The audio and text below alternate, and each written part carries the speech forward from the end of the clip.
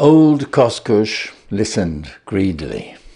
Though his sight had long since faded, his hearing was still acute, and the slightest sound penetrated to the glimmering intelligence which yet abode behind the withered forehead, but which no longer gazed forth upon the things of the world. Ah, that was Sitkum Toha, shrilly anathematizing the dogs as she cuffed and beat them into the harnesses. Sitkum Toha was his daughter's daughter, but she was too busy to waste a thought upon her broken grandfather sitting alone there in the snow, forlorn and helpless. Camp must be broken. The long trail waited while the short day refused to linger. Life called her, and the duties of life, not death, and he was very close to death now.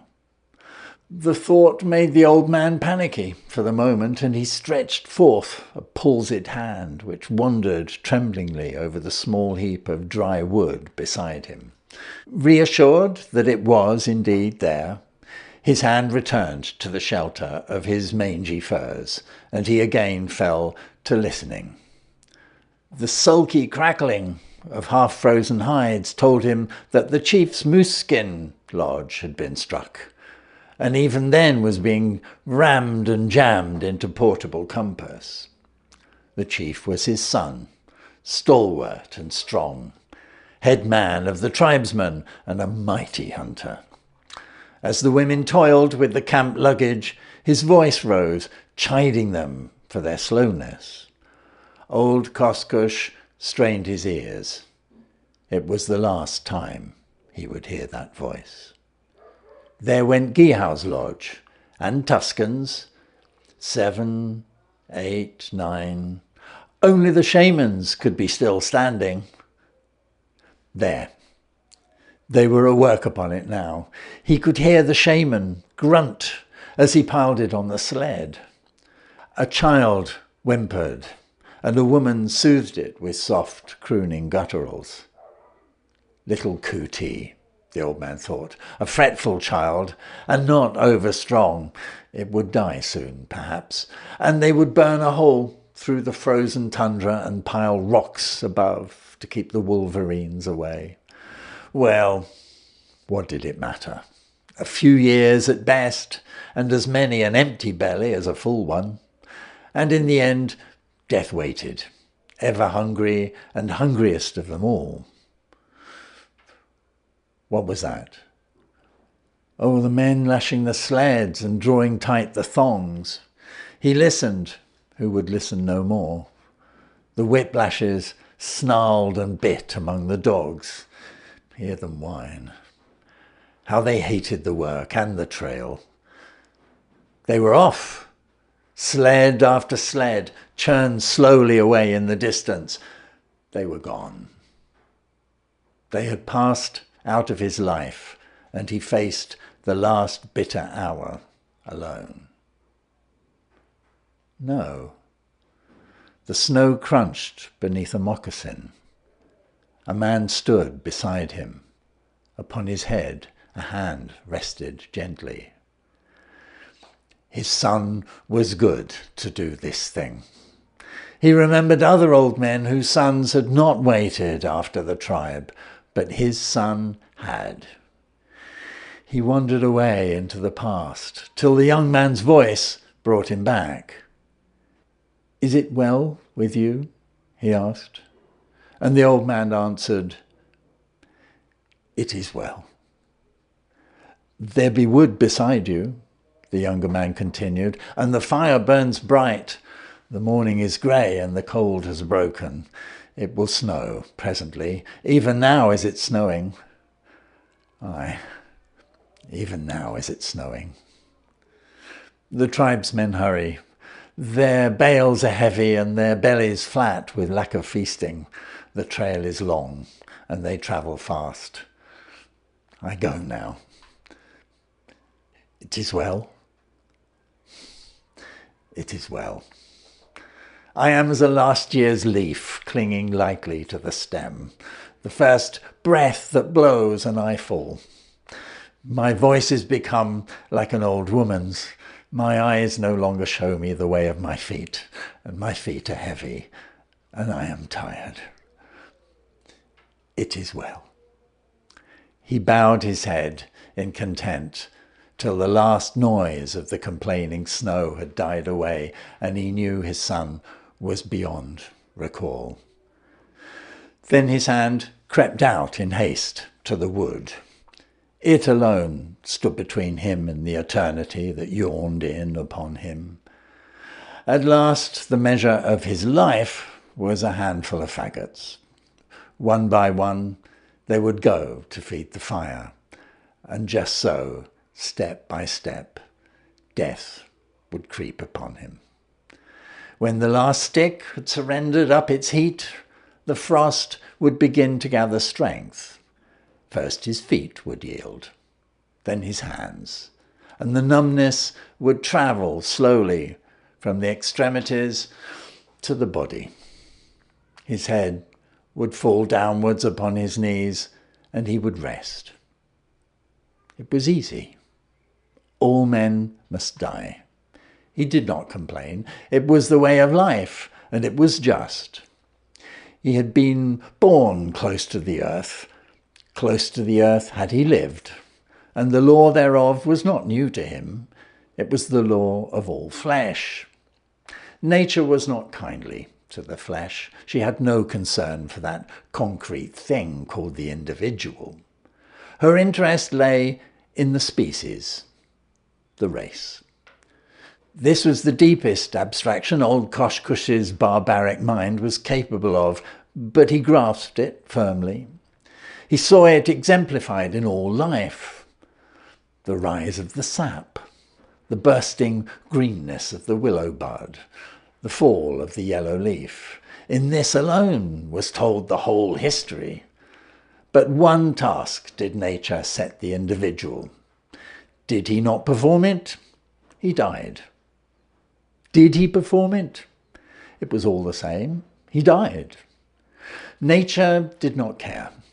There was plenty who were obedient, and it was only the obedience in this matter, not the obedient, which lived and lived always.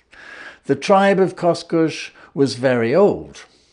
The old men he had known when a boy had known old men before them. Therefore it was true that the tribe lived, that it stood for the obedience of all its members, way down into the forgotten past, whose very resting places were unremembered. They did not count. They were episodes. They had passed away like clouds from a summer day. He also was an episode and would pass away. Nature did not care. To life she set one task, gave one law. To perpetuate was the task of life. Its law was death. A maiden was a good creature to look upon, full-breasted and strong, with spring to her step and light in her eyes, but her task was yet before her. The light in her eyes brightened, her step quickened. She was now bold with the young men, now timid, and she gave them of her own unrest. And ever she grew fairer and yet fairer to look upon, till some hunter, able no longer to withhold himself, took her to his lodge, to cook and toil for him, and to become the mother of his children. And with the coming of her offspring, her looks left her. Her limbs dragged and shuffled, her eyes dimmed and bleared, and only the little children found joy against the withered cheek of the old squaw by the fire. Her task was done. But a little while on, the first punch of famine or the first long trail, and she would be left, even as he had been left in the snow with a little pile of wood. Such was the law. He placed a stick carefully upon the fire and resumed his meditations. It was the same everywhere, with all things. The mosquitoes vanished with the first frost. The little tree squirrel crawled away to die. When age settled upon the rabbit, it became slow and heavy. and could no longer outfoot its enemies. Even the big bald face grew clumsy and blind and quarrelsome, in the end to be dragged down by a handful of yelping huskies. He remembered how he had abandoned his own father on an upper reach of the Klondike one winter, the winter before the missionary came with his talk books and his box of medicines. Many a time had Koskoosh smacked his lips over the recollection of that box, though now his mouth refused to moisten. The painkiller had been especially good, but the missionary was a bother, after all, for he brought no meat into the camp and he ate heartily, and the hunters grumbled. But he chilled his lungs on the divide by the Mayo, and the dogs afterwards nosed the stones away and fought over his bones. Koskoosh placed another stick on the fire and harked back deeper into the past. There was the time of the great famine, when the old men crouched empty-bellied to the fire and let fall from their lips dim traditions of the ancient day when the Yukon ran wide open for 3 winters and then lay frozen for 3 summers. He had lost his mother in that famine. In the summer, the salmon run had failed, and the tribe looked forward to the winter and the coming of the caribou. Then the winter came, but with it there were no caribou. Never had the like been known, not even in the lives of the old men. But the caribou did not come, and it was the 7th year, and the rabbits had not replenished, and the dogs were naught but bundles of bones. And through the long darkness, the children wailed and died, and the women and the old men. And not 1 in 10 of the tribe lived to meet the sun when it came back in the spring. That was a famine. But he had seen times of plenty, too, when the meat spoiled on their hands and the dogs were fat and worthless with overeating. Times when they let the game go unkilled and the women were fertile and the lodges were cluttered with sprawling men children and women children. Then it was the men became high-stomached and revived ancient quarrels and crossed the divides to the south to kill the Pellies, and to the west that they might sit by the dead fires of the Tananas. He remembered when a boy, during a time of plenty, when he saw a moose pulled down by the wolves. Zingha lay with him in the snow and watched. Zingha, who later became the craftiest of hunters and who, in the end, fell through an air hole on the Yukon. They found him a month afterward, just as he had crawled halfway out and frozen stiff to the ice. But the moose. Zingha and he had gone out that day to play at hunting, after the manner of their fathers. On the bed of the creek, they struck the fresh track of a moose, and with it the tracks of many wolves. An old one, Zingha, who was quicker at reading the sign, said, "An old one who cannot keep up with the herd. The wolves have cut him out from his brothers, and they will never leave him." And it was so. It was their way, by day and by night, never resting, snarling on his heels, snapping at his nose. They would stay by him to the end. How Zingha and he felt the bloodlust quicken. The finish would be a sight to see. Eager-footed, they took the trail, and even he, Koskoosh, slow of sight and an unversed tracker, could have followed it blind, it was so wide. Hot were they on the heels of the chase, reading the grim tragedy freshly written at every step. Now they came to where the moose had made a stand. Thrice the length of a grown man's body in every direction had the snow been stamped about and up-tossed. In the midst were the deep impressions of the splay-hoofed game, and all about, everywhere, were the lighter footmarks of the wolves. Some, while their brothers harried the kill, had lain to one side and rested. The full stretched impress of their bodies in the snow was as perfect as though made the moment before. One wolf had been caught in a wild lunge of the maddened victim and trampled to death. A few bones, well picked, bore witness. Again, they ceased the uplift of their snowshoes at a second stand. Here, the great animal had fought desperately. Twice had he been dragged down, as the snow attested, and twice had he shaken his assailants clear and gained footing once more. He had done his task long since, but none the less was life dear to him. Zingha said it was a strange thing, a moose once down to get free again, but this one certainly had. The shaman would see signs and wonders in this when they told him. And yet again, they come to where the moose had made to mount the bank and gain the timber. But his foes had laid on from behind till he reared and fell back upon them, crushing two deep into the snow. It was plain the kill was at hand, for their brothers had left them untouched. Two more stands were hurried past, brief in time length and very close together. The trail was red now, and the clean stride of the great beast had grown short and slovenly. Then they heard the first sounds of the battle, not the full-throated chorus of the chase, but the short, snappy bark which spoke of close quarters and teeth to flesh. Crawling up the wind, Zingha had bellied it through the snow, and with him crept he, Koskoosh, who was the chief of the tribesmen in the years to come. Together they shoved aside the underbranches of a young spruce and peered forth. It was the end they saw. The picture, like all of youth's impressions, was still strong with him, and his dim eyes watched the end played out as vividly as in that far-off time.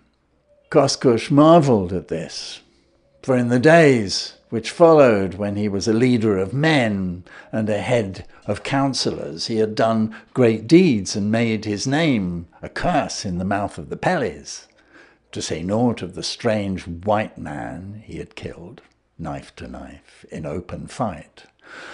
For long he pondered on the days of his youth, till the fire died down and the frost bit deeper. He replenished it with 2 sticks this time, and gauged his grip on life by what remained.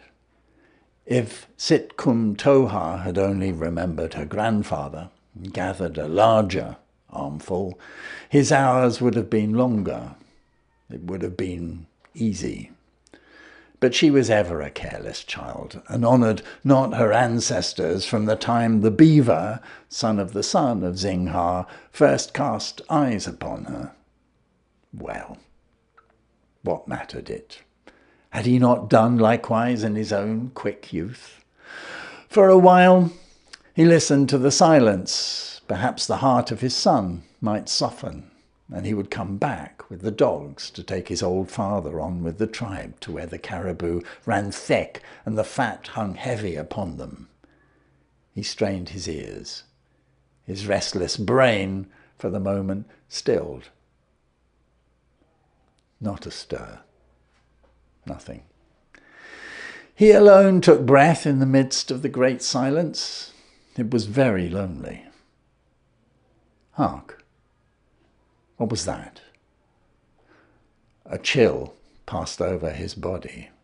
The familiar, long-drawn howl broke the void, and it was close at hand. Then, on his darkened eyes was projected the vision of the moose, the old bull moose, the torn flanks and bloody sides, the riddled mane and the great branching horns down low and tossing to the last. He saw the flashing forms of grey, the gleaming eyes, the lolling tongues, the slavered fangs. And he saw the inexorable circle close in till it became a dark point in the midst of the stamped snow. A cold muzzle thrust against his cheek, and at its touch his soul leaped back to the present. His hand shot into the fire and dragged out a burning faggot. Overcome for the nonce by his hereditary fear of man, the brute retreated, raising a prolonged call to his brothers, and greedily they answered, till a ring of crouching, jaw-slobbered grey was stretched around about. The old man listened to the drawing in of this circle. He waved his brand wildly, and sniffs turned to snarls, but the panting brutes refused to scatter. Now one wormed his chest forward, dragging his haunches after. Now a second, now a third. But never a one drew back. Why should he cling to life? He asked, and dropped the blazing stick into the snow. It sizzled and went out. The circle grunted uneasily, but held its own. Again he saw the last stand of the old bull moose, and Koskoosh dropped his head wearily upon his knees. What did it matter, after all? Was it not the law of life?